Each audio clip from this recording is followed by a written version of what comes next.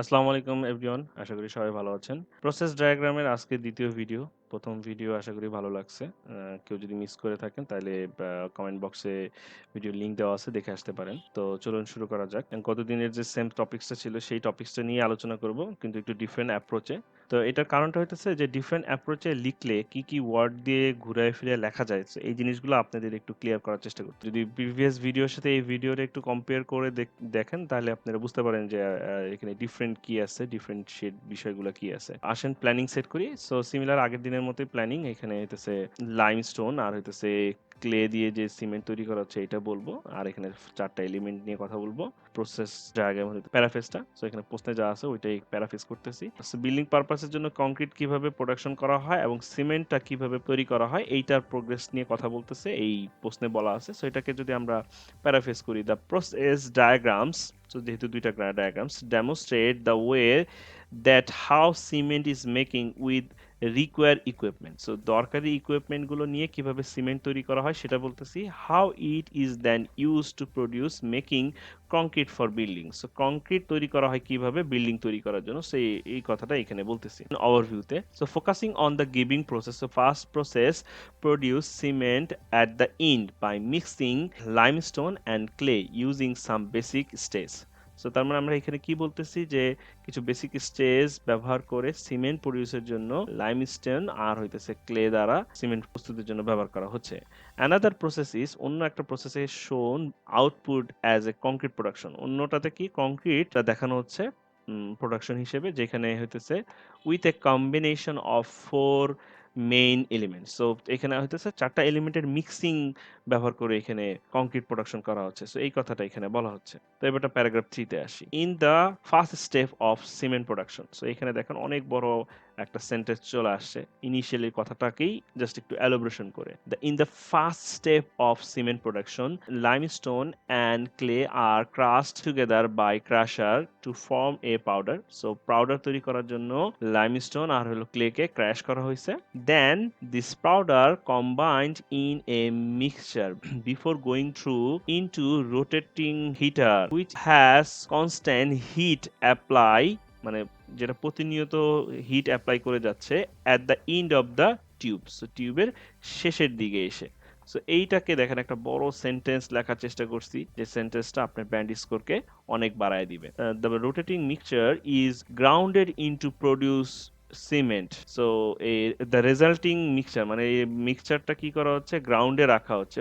Finally the cement is ready to pack into bag for selling. তো পরবর্তীতে বিক্রি করার জন্য সিমেন্ট ব্যাগে রেডি করা হচ্ছে। তো এই হইতেছে সিমেন্ট তৈরি করার যে প্রসেসটা, সেটা আমরা বর্ণনা করলাম। এবারটা আসি কংক্রিটে। ফোকাসিং অন সেকেন্ড ডায়াগ্রাম, আমরা যদি সেকেন্ড ডায়াগ্রামে দেখি, কংক্রিট কনসিস্ট ফোর ইনগ্রিডিয়েন্টস।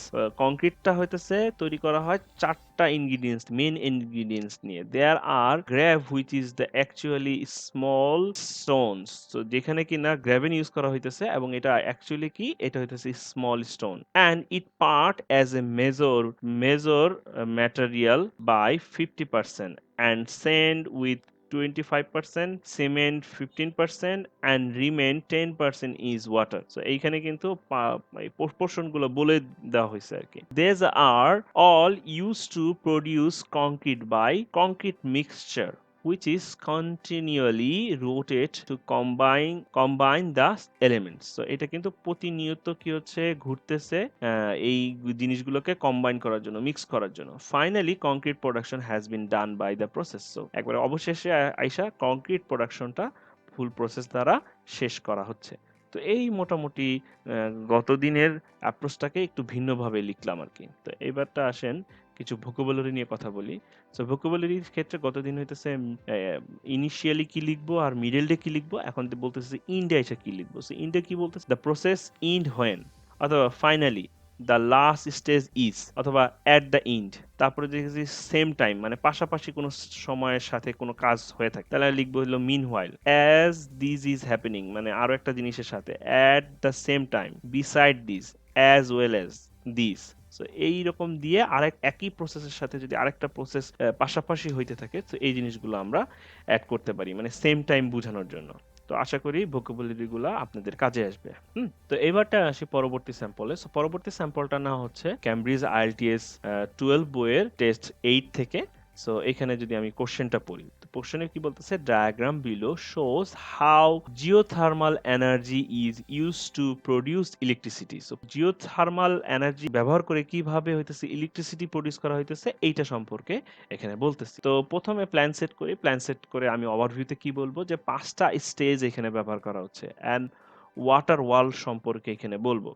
দেন প্যারাগ্রাফ 3 তে আমি বলবো যে এই কোল্ড ওয়াটার, সো এই যে কোল্ড ওয়াটার সিডব্লিউ লেখা আছে, কোল্ড ওয়াটার টু রক। তো কোল্ড ওয়াটার থেকে রক পর্যন্ত আইসা যে স্টেপগুলো হয়েছে এইটা এখানে বলবো। দেন ফোর্থ প্যারাগ্রাফ প্রোডাকশন ওয়াল থেকে এই পর্যন্ত যেটা হয়েছে সেটা আমি বলবো। তো এইবারটা আসেন শুরু করা যাক। তো এখানে কি বলতেছে, দিস প্রসেস ডায়াগ্রাম, এই প্রসেস ডায়াগ্রামে ইলাস্ট্রেট করা হচ্ছে প্রোডাকশন অফ ইলেকট্রিসিটি, মানে ইলেকট্রিসিটির উৎপাদন by using geothermal power plant. Geothermal একটা পাওয়ার প্ল্যান্টের মাধ্যমে এই প্রসেস ডায়াগ্রামটা ইলাস্ট্রেট করা হয়েছে। সো এবারটা আসি ওভারভিউতে। ওভারভিউতে কি বলতেছে যে overall it is clear that 5 steps are used to produce electricity।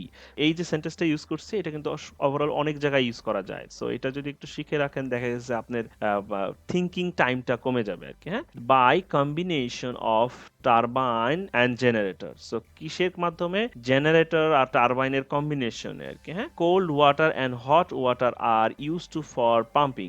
Cold water আর এই যে এখানে হট ওয়াটার ব্যবহার করা হচ্ছে কিসের জন্য, পাম্পিং এর জন্য। হ্যাঁ, এই যে কোল্ড ওয়াটার আর হট ওয়াটার।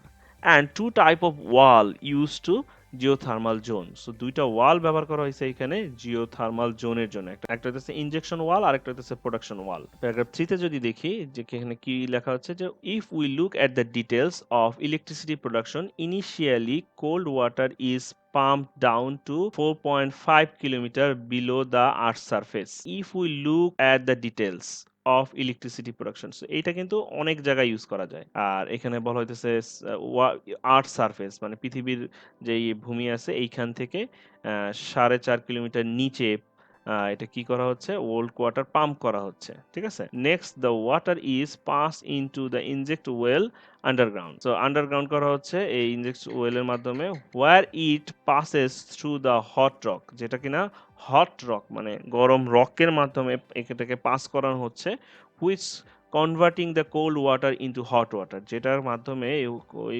কোল্ড ওয়াটার কি হয়ে যাচ্ছে, হট ওয়াটারে পরিবর্তন হয়ে যাচ্ছে ভায়া the natural thermal properties of rock. প্রাকৃতিক যে থার্মাল যে জোনটা আছে এই জোনের রকের প্রপার্টি মানে রকের জিনিসপত্রের মাধ্যমে এটা কি হচ্ছে, গরমে পরিণত হচ্ছে, হট হয়ে যায়। ফলোইং দ্য প্রসেস, এই প্রসেসটা যদি ফলো করি তারপরে কি আসতেছে, the hot water is extracted from the production well and pumped up to the condenser।